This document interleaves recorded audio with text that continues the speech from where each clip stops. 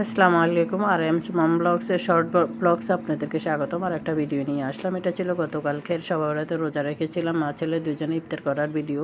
ইফতারি করতে রেডি করে তারপর ইফতার করতে বসলাম সবাই আজান দেওয়ার পরে। এরপরে নামাজ পড়ে এসে একটু চা খেয়ে নিলাম। চা ছাড়া যেন শরীরটা জিবে। এইদিকে চা খেয়ে আর একটু রেস্ট নিয়ে এরপরে চলে গেলাম চুলার কাছে রান্না করার জন্য। এগুলি ছিল নদীর কি বলে কাটা মাছ। এই মাছগুলি আমি ভাজি করে রান্না করি না, অন্যান্য মাছ যেরকম ভাজি করে রান্না করলে এগুলি এভাবে মশলা কষিয়ে তারপর ভালোভাবে কষিয়ে যত বেশি কষানো যায় তত বেশি ভালো লাগে। এই মাছগুলি আমি এভাবে কষাই। সাধারণত অন্যান্য মাছগুলি তো আমি ভাজি ছাড়া রান্না করি না। তো এই মাছগুলি আমার এইভাবে রান্না করতে ভালো লাগে।